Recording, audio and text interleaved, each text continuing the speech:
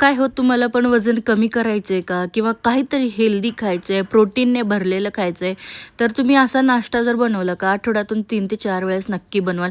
इतका पौष्टिक आहे आणि तितकाच चविष्टही आहे. नक्कीच ट्राय करून बघा. तर चला सुरू करूया. पण व्हिडिओ कोणत्याही क्षणी अगदी थोडा जरी आवडला तर व्हिडिओला लाईक करायला विसरू नका. त्याने मला अजून प्रोत्साहन मिळेल तुमच्यासोबत असेच नवनवीन हेल्दी रेसिपी शेअर करण्यासाठी. तर इथं मी घेतलेले आहेत एक मोठी वाटी भरून मूग.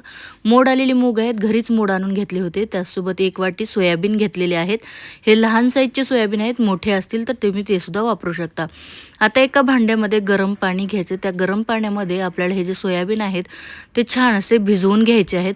5 मिनिटं साईडला ठेवून देऊया. 5 मिनिटानंतर तुम्ही बघू शकताय सोयाबीन फुलून अगदी डबल साईजचे झालेले आहेत.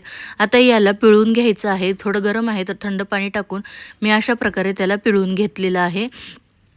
आता एक मोठं मिक्सरचं भांडं घेतले, त्यामध्ये मोड आलेले मूग टाकले. या मुगाला मी घरीच मोड आलेला आहे. याचा व्हिडिओ मी तुमच्यासोबत लवकरच शेअर करते शॉर्ट व्हिडिओमध्ये.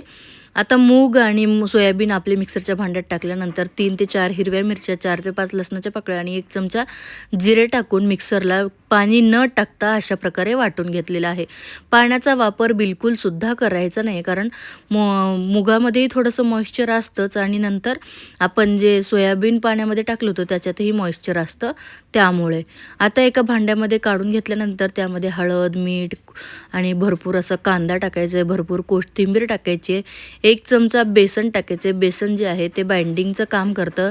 तर इथं तुम्ही पाहिलं का बेसनही आपण टाकले. बेसनमध्ये पण भरपूर प्रमाणात प्रोटीन असतं, सोयाबीनमध्ये पण प्रोटीन असतं आणि मूग तर आपल्या सगळ्यांनाच माहीत आहे, मुगामध्ये पण बऱ्याच प्रमाणामध्ये प्रोटीन इथं असतं. त्यातल्या त्यात आपण मोड आणून मूग घेतले होते ते अजूनच जास्त हेल्दी असतात. तर सर्व अगदी हेल्दी गोष्टी आपण इथं वापरलेल्या आहेत. सर्व व्यवस्थित मिक्स केल्यानंतर आपल्याला याच्या टिक्की बनवून घ्यायच्या आहेत. जास्त मसाले नाहीत, जास्त वेळ लागणार नाही, अगदी 5 मिनिटामध्ये बनवून तयार होते. तर बघा अगदी छोट्या-छोट्या आपण ह्या टिक्की बनवून घेणार आहोत. मुलांसाठी बनवत असाल तर वेगवेगळ्या शेपमध्ये सुद्धा तुम्ही ह्या बनवू शकता. तर या जे टिक्की आहेत तुम्ही बघू शकता मी बनवून एका प्लेटमध्ये काढून घेते. दुसरीकडे एक पॅन ठेवलेला आहे तर गरम करायसाठी. त्यामध्ये अगदी 2 चमचेच तेल टाकलेलं आहे. जास्त तेल टाकायचं नाही. आपण हेल्दी गोष्टी खातोय तर तेल अगदी कमी वापरायचं. आता याच पॅनमध्ये मी आपल्या ह्या ज्या टिक्की आहेत त्या छान अशा शॅलो फ्राय करून घेणार आहे. तुम्ही एकदम तव्यावर याच्यापेक्षाही थोडंसं कमी तेल टाकून सुद्धा या फ्राय करू शकता किंवा डीप फ्रायसुद्धा तुम्ही करायचं असेल तर करू शकता. परत तुम्ही एअर फ्रायरला सुद्धा या करू शकता. तर बघा एक साईड झाल्यानंतर मी याला पलटून घेते. दुसरीही बाजू मस्त अशी आपल्याला याला सोनेरी रंगावर परतून घ्यायची आहे. रंग बघा किती सुंदर आलेला आहे. दोन्ही बाजूनी मस्त सोनेरी रंगावर मी याला भाजून घेतलेला आहे. बिलकुल जास्त तेलाचा वापर केलेला नाही आहे. किती मस्त ह्याचा रंग आलेला आहे. तुम्ही हे मुलांना दिले ना, मुलं अगदी आवडीने खातील. कुठल्याही चटणीसोबत तुम्ही हे मुलांना द्या. नक्कीच त्यांनाही आवडेल आणि इतकं पौष्टिक आहे की आपल्याला हे सॅटिस्फॅक्शन असतं की आपण मुलांना हेल्दी काहीतरी डब्याला दिलेलं आहे. बघा किती मस्त आहे. मी इथं दह्यासोबत हे आपलं टिक्की घेतलेले आहे. तुम्ही कुठल्याही चटणीसोबत, सॉससोबत मुलांना देऊ शकता. एक तुम्हाला मी तोडूनही दाखवते म्हणजे तुम्हाला त्याचं टेक्स्चर कळेल. वरतून एकदम क्रिस्पी झाले आणि आतून हलकेसे सॉफ्ट आहेत.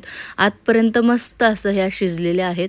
आपण एकदम मस्त अशा याला छान सोनेरी रंगावर भाजून घेतलं होतं त्यामुळे आणि दह्यासोबत तर अप्रतिम लागतात. नक्की ट्राय करा. तुम्हाला आपली ही रेसिपी कशी वाटली ते कमेंट करून सांगायला विसरू नका आणि आपल्या चॅनेलवर नवीन असाल आणि चॅनेलला सबस्क्राईब केलेलं नसेल तर चॅनेलला नक्कीच सबस्क्राईब करा. पुन्हा भेटूया नवीन एका अशा सोप्या रेसिपीसोबत. धन्यवाद.